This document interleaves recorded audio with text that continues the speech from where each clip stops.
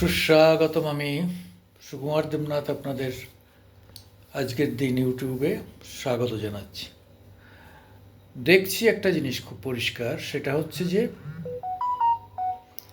আহ, আমি কিছুদিন আগে, অনেকদিন আগেই আর একটা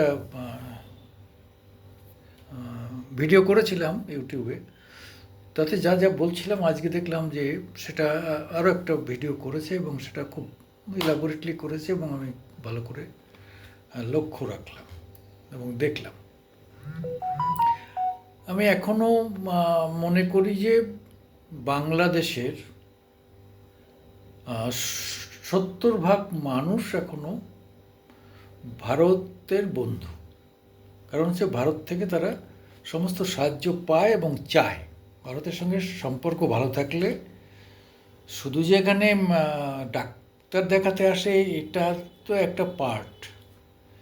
এখানে ঘুরতে আসা যখন তখন মানে কি, যেমন আমরা যেমন হঠাৎ করে বসে আছি, মনে হলো যে চাই একটু আমাদের জেলার লোকেরা বলে না, একটু কলকাতায় ঘুরে আসি, চলো একটু স্প্লানেট ঘুরে ঘুরে আসি, এইরকম আর কি।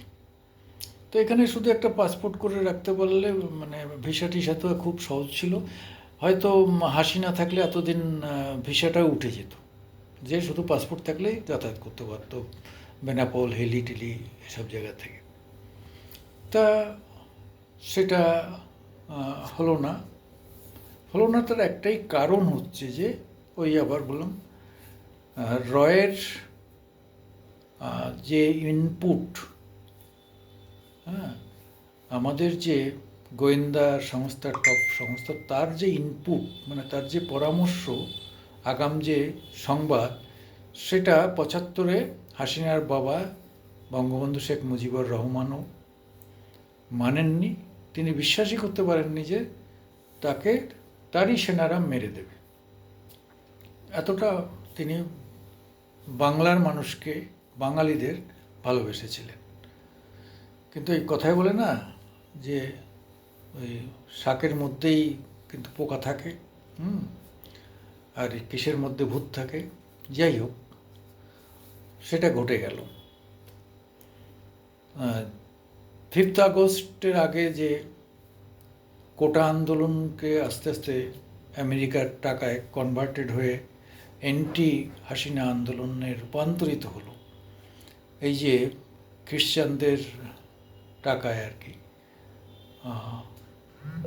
সেই জায়গাটা হাসিনা বুঝতে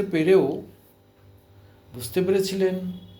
এটা কেন সবাই জেনে গিয়েছিলেন যে সেন্ট মার্টিন না দিলে আমেরিকা ঝামেলা করবে। কিন্তু এখানেও একটা ওভার কনফিডেন্স কাজ করেছে হাসিনা এবং আমাদের রয়ের। এরা ভেবেছিল আর যাই করুক না কেন হাসিনাকে তাড়িয়ে দিতে পারবে না। সে নিয়ে তারা আর্থিক দিকে বিভিন্নভাবে হয়তো একেল স্যাংশন করতে পারে, এটা ওটা করতে পারে, কিন্তু হাসিনাকে মেরে ফেলতেও পারবে না, হাসিনাকে উৎখাত করতে পারবে না। কিন্তু সেটাও ভুল প্রমাণিত হলো। এখানেও আমাদের পররাষ্ট্রমন্ত্রী জয়শঙ্কর সাংবাদিকদের প্রশ্নের উত্তরে বলেছিলেন যে এটাও কি আপনাদের রয়ের ফেল? বলছে যে না, আমরা সবটাই বুঝতে পারছিলাম, কিন্তু ওই মুহূর্তে আমাদের খুব বেশি হস্তক্ষেপ করার কোনো উপায় ছিল না। কারণ হচ্ছে যে সেখানে অ্যান্টি ইন্ডিয়ান এমন একটা প্রভোকেশান হচ্ছিল ভয়ঙ্করভাবে। সেখানে আমরা যদি সরাসরি হাত দিলে সেটা আরও বিস্ফোরণটা আরও ভয়ঙ্কর হতে পারত। আর দ্বিতীয় হচ্ছে যে ওখানকার সেনাবাহিনী ইনভলভ হয়ে গিয়েছিল, সেটাও একটা বড় কারণ ছিল যে সেনাবাহিনী ইনভলভ হয়ে গেলে বাইরের থেকে কিছু করতে গেলে তাহলে তো একটা সংঘাত মানে ডাইরেক্ট একটা যুদ্ধের মতো পরিবেশ তৈরি হয়। এটা করতে গেলে সেখানে যদি কাউন্টার করতো সেনাবাহিনী, তাহলে তো এটা খুনোখুনি হতো এবং যুদ্ধ অনিবার্য হয়ে যেত। ফলে তারাও অতটা হস্তক্ষেপ করতে চায়নি। তবুও তাকে বাঁচিয়ে আনা গেছে। এবার এটাও কিন্তু রয়ের একটা সাফল্য। কিভাবে কাজ করেছে সেটা তো আমরা বাইরে থেকে বুঝতে পারবো না। রয়ের চাপ ছিল বলেই হাসিনাকে মেরে ফেলতে পারেনি। তা না হলে তাকে এবার বয়ে দিয়ে যাবে সেনাবাহিনী, কেন, কি সেনাবাহিনীর এত কি দায় পড়েছে? কারণ হচ্ছে যে পুরো আন্দোলনের মুখ্য ভূমিকায় তো তারা। এটা আমরা জানতে পেরেছি ভারত জানে না, জানে না, গোয়েন্দা বিভাগ জানে না, সব জানে। সেই জন্যেই যেহেতু মিলিটারি হস্তক্ষেপ আছে বলেই আমাদের খুব বেশি কিছু ভারতের করার উপায় ছিল না, যে তাহলে আমাদের যুদ্ধ করতে হয়। বরং তাদের সঙ্গে তাল মিলিয়ে কথাবার্তা বলে কয়েকটা নেগোসিয়েশন করে তাকে এবার নিয়ে চলে এসছে, জানে যে হাসিনাকে বাঁচানোটা হচ্ছে আগে আগে দরকার। তারপরে তো 8-9 মাস হয়ে গেল, ধরেই নিয়েছে ওপার বাংলার এক মানে 35 ভাগ লোক যে ইউনুসকে কেউ হটাতে পারবে না, ইউনুসই থাকবে। ইউনুস আরও 5 বছর তো থাকবেই। একটা অংশ নির্বাচন চাইছে, যারা বিভিন্ন রাজনৈতিক দল, বিএনপি, আওয়ামী লীগের কথা বাদই দিলাম, বিএনপি, তারপরে অন্যান্য যে দলগুলো আছে, জামায়াত ভোট চাইছে না কিন্তু বিএনপি ভোট চাইছে। এই একটা ক্লাস শুরু হয়ে গেছে পলিটিক্যাল ইসের মধ্যে। আচ্ছা, ইউনুস তো ভোট করবে না, সেটাই তার লক্ষ্য, যতদিন উইদাউট ভোটে ক্ষমতায় থাকা যায়। ক্ষমতার রসদ পেয়ে গেছে, এখন সে প্রায় 1,00,000 কোটি টাকা সরিয়ে ফেলেছে, আলটিমেটলি তার মেয়ের কাছে চলে গেছে।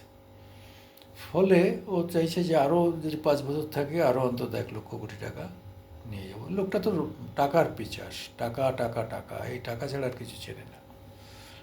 কিন্তু যেহেতু মুসলিমদের মধ্যে নোবেল টোবেল এই সমস্ত খুব কম, ফলে সে একটা নোবেল লরিয়েট, এটা মানে মুসলিমরা নিজেদের একটা খুব শ্লাঘায় ভোগে, একটা অহংকারে ভোগে, যে ইউনুস আজকে বিশ্বের সব লোক চেনে ইউনুসকে। তো সে তো ইয়াহিয়া খাকেও চিনত, টিক্কা খাকেও চিনেছে, আবার ওই চরম ফ্রেব্বাসকে ছিল, তাকেও লোক চিনত। আমি তো মনে হচ্ছে যে ইউনুসের থেকে দাউদ ইব্রাহিমকে তো আরও বেশি লোক চেনে, অনেক বেশি লোক চেনে। তা সেই জন্যে চিটিংবাজ শোভরাজের কথা সারা পৃথিবীর লোক চেনে। ফলে চেনার অনেক রকম ইয়ে আছে। তিনি যদি মহান নোবেল লরিয়েট হলেন, তাহলে তার হাত দিয়ে এত মানুষ খুন হতে পারত না, এত সংখ্যালঘু শুধু নয়, এত আওয়ামী লীগের মুসলিমদের রক্ত তার হাতে লেগে রয়েছে। তারপরে এত আর্থিক দুর্নীতি, এত কিছু করার পরও তাকে আর নোবেল লরিয়েট বলা চলে না।